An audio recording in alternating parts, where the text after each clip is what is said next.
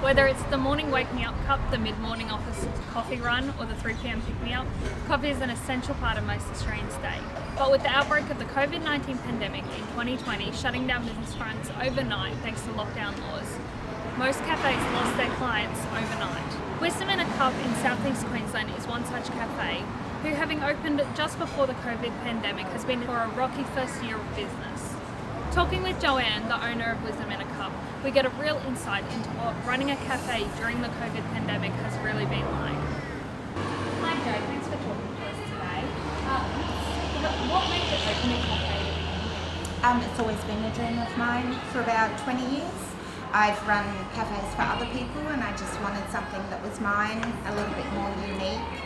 We do a lot of homemade cooking, so that's pretty important to me. I noticed that you opened the cafe around the time that COVID started. How has that affected your first year of business? Yeah, it was very, very difficult. We opened in December and I think we first heard about COVID around February. We actually had to close for 6 weeks. We didn't have processes in for proper takeaway at the time, like a lot of established cafes had, so yeah, it was very difficult. And how have you been dealing with the stress of running a business while also obviously the broader stress of COVID in general? Well, I'm very lucky. I have a very supportive community and also very supportive family and employees, so that has helped a lot. But you just have to take it day by day, really.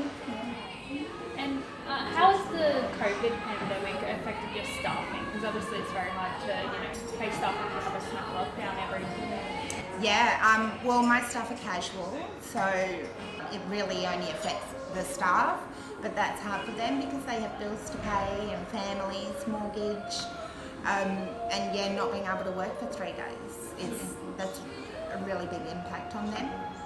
Yeah, but also it's really hard to plan ahead for your business because your customers die off after the lockdown as well, so then you're like, I don't really need to have 3 staff on. It makes it very hard. And if, with obviously the government has been doing a lot of snap lockdowns lately, do you think that the business is going to be viable in the future if these snap lockdowns continue? No, I like to think yes, but it depends on what kind of lockdown it is. At the moment, because I'm hospitality, during the lockdowns I can remain open for takeaway, but that is very difficult. Most of my customers are elderly, so they tend to stay at home, which they should during the snap lockdowns. So that does make it very difficult for me, but also I plan ahead, so I order all of my produce beforehand. And we did have a snap lockdown over a weekend and I couldn't use any of my produce. So yeah, that really hits the hip pocket. Yeah, very stressful as well. Yeah, so if it continues, no, I don't think that the business will be viable long term. Small business owners like Joanne open up their businesses because they have passion, drive and want to do something they love every day. But with social distancing guidelines and snap lockdowns becoming the new norm for society, businesses like Joanne's will struggle to survive. Hopefully this has given you an insight into how the COVID pandemic has been affecting small businesses in Australia.